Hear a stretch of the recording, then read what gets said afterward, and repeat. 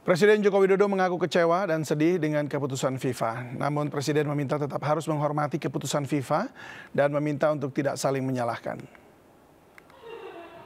Kita harus menghormati keputusan tersebut. Saya tahu keputusan ini membuat banyak masyarakat kecewa. Saya pun sama, juga merasakan hal itu, kecewa dan sedih, tapi jangan menghabiskan energi untuk saling menyalahkan satu sama lain.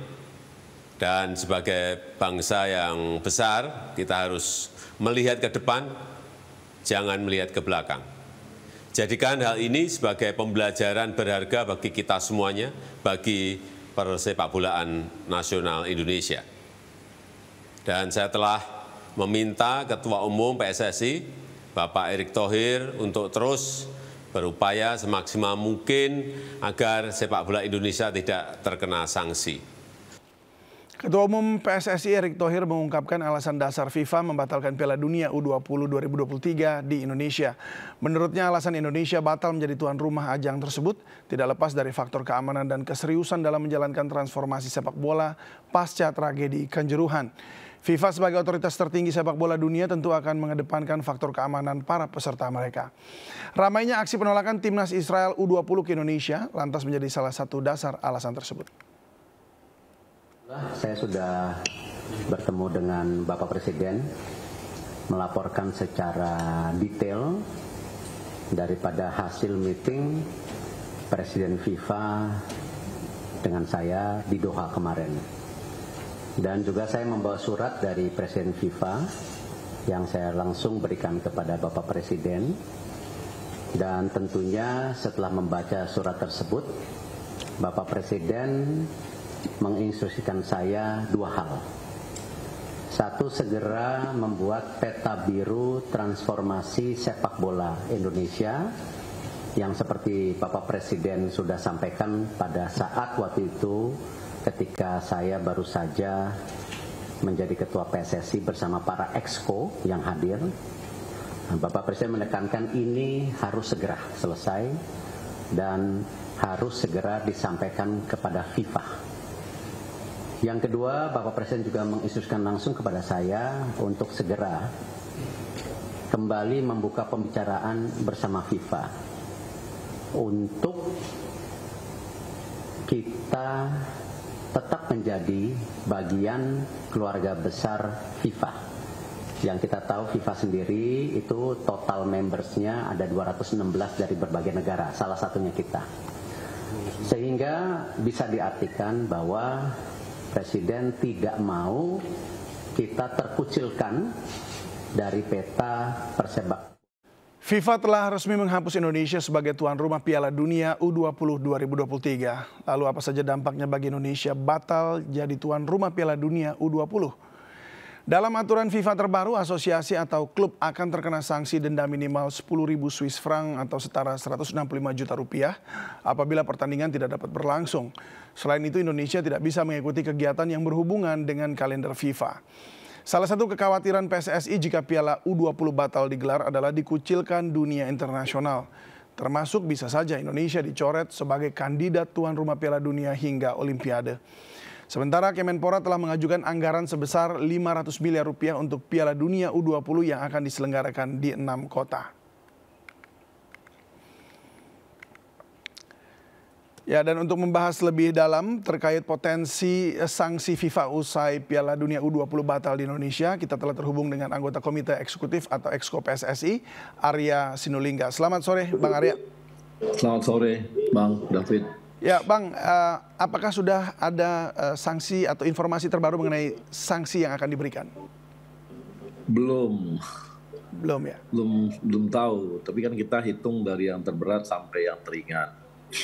Ya, yang terberatnya kalau kita di-ban dan waktunya panjang. Dulu kita pernah waktu 2015 ya, itu memang berapa bulan kita di-ban. Tapi ada juga yang panjang kayak Brunei, itu panjang sampai beberapa tahun gitu di-ban. Di mana mereka nggak bisa bermain di kita juga harus nggak bisa bermain di ajang internasional. Kemudian artinya kita SEA Games dan sebagainya itu ya nggak bisa ikut lagi. Kemudian lebih dekat lagi kita nggak bisa main di kompetisi kita kan Liga 1, Liga 2, Liga 3 kan ada ya. Itu kan semua tercatat dan terdaftar di FIFA. Nah, itu dengan sendirinya kan nggak diakui oleh FIFA. Akibatnya kita akan di Liga Tarkam gitu, Mas. Lalu kira-kira kalau diukur tadi, kita akan di mana ini sanksinya? Belum bisa. Belum bisa. Karena ini ya apa namanya cukup banyak kerugian juga kan diterima oleh FIFA dengan kejadian ini. Demikian juga dengan negara-negara yang terlibat dalam U20 ini. Ada 23 negara di luar Indonesia ya, tuan rumah ya. Mereka kan juga mengalami kerugian dengan ini kan. Mereka tadinya udah ikut drawing, harusnya sekarang nggak ikut drawing.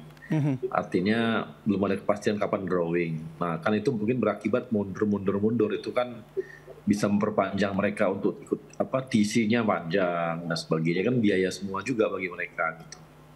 Dan bagi FIFA juga begitu ya, dia sudah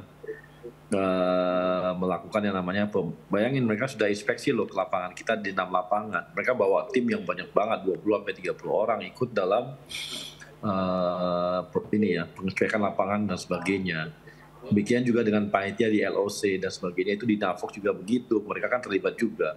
Cukup banyak orang FIFA yang terlibat dalam proses penyelenggaraan Piala Dunia U20 ini. Dan mereka semua kan terbiayai dan dibiayai oleh FIFA ya. Oke, jadi kemungkinan besar tentunya akan ada denda uang begitu ya. Tetapi bagaimana dengan kalau parameternya ini Bang, bahwa kita menolak kehadiran timnas Israel, apakah itu akan fatal?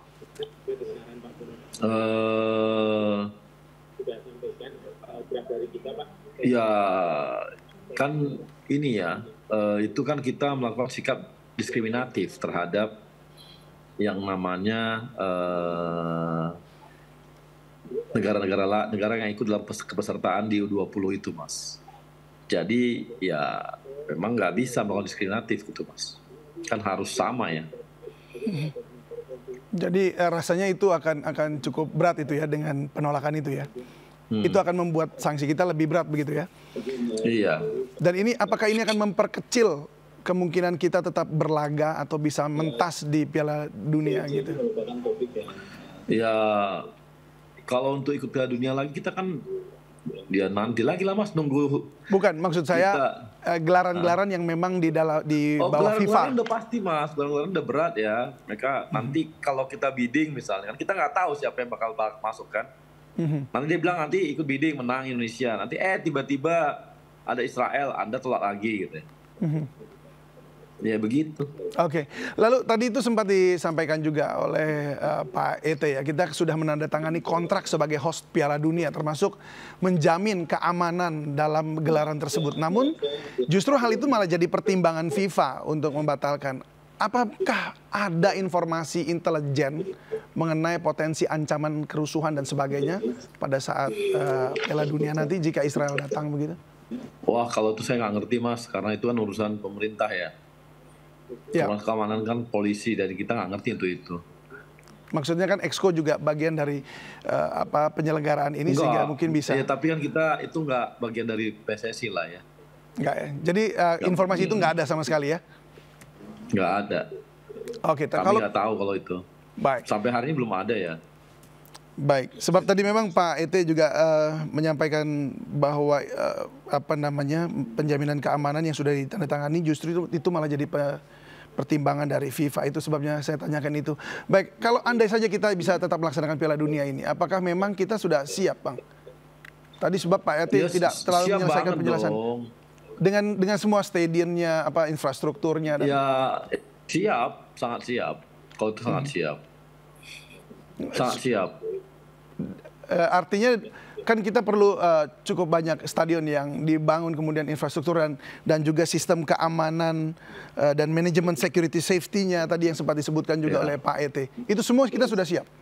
Sudah siap dong. Baik, berarti bukan itu yang menjadi alasan juga alasan kuat dari FIFA ya? Itu sama sekali nggak ada alasan untuk itu ya. Oke, baik. Lalu kalau tadi bicara soal peta biru yang disampaikan oleh Presiden kepada Pak ET mengenai peta biru yang harus disampaikan kepada FIFA. Seperti apa sih Pak, Bang, yang peta biru yang harus disampaikan gitu? Jadi kan mereka mungkin meminta keseriusan kita dalam bertransformasi, Mas. Pelaksanaan kejadian yang pasca tragedi Oktober kan, dan dengan sekarang itu mereka mungkin meminta kita mengajukan sebuah konsep atau apapun yang memang kita serius melakukan transformasi sepak bola gitu. Kita lihat ini kita serius nggak sih? Kayak dulu ya Brunei itu kan lu ketika disanksi memang dia nggak serius melakukan apapun tentang sepak bola. Mungkin karena Brunei kali tidak ini ya, bolanya bukan sesuatu yang menarik ya. Jadi mereka santai aja. Makanya dulu Brunei itu panjang banget tuh, bertahun-tahun dulu tuh untuk disanksi. Ya kalau kita mungkin kalau kita punya konsep besar mengenai transformasi dan bagus dan serius dan sungguh-sungguh mau melaksanakan transformasi itu bisa dipertimbangkan untuk tidak di ini ya minimal sanksinya tidak berat lah gitu, Mas.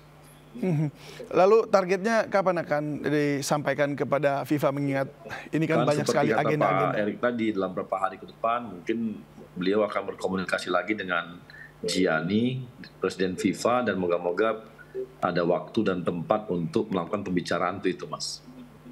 Baik. Baik, Bang Arya, terima kasih banyak sudah berbagi bersama kami Mas di David. MNC News Now. Salam sehat selalu. Sehat.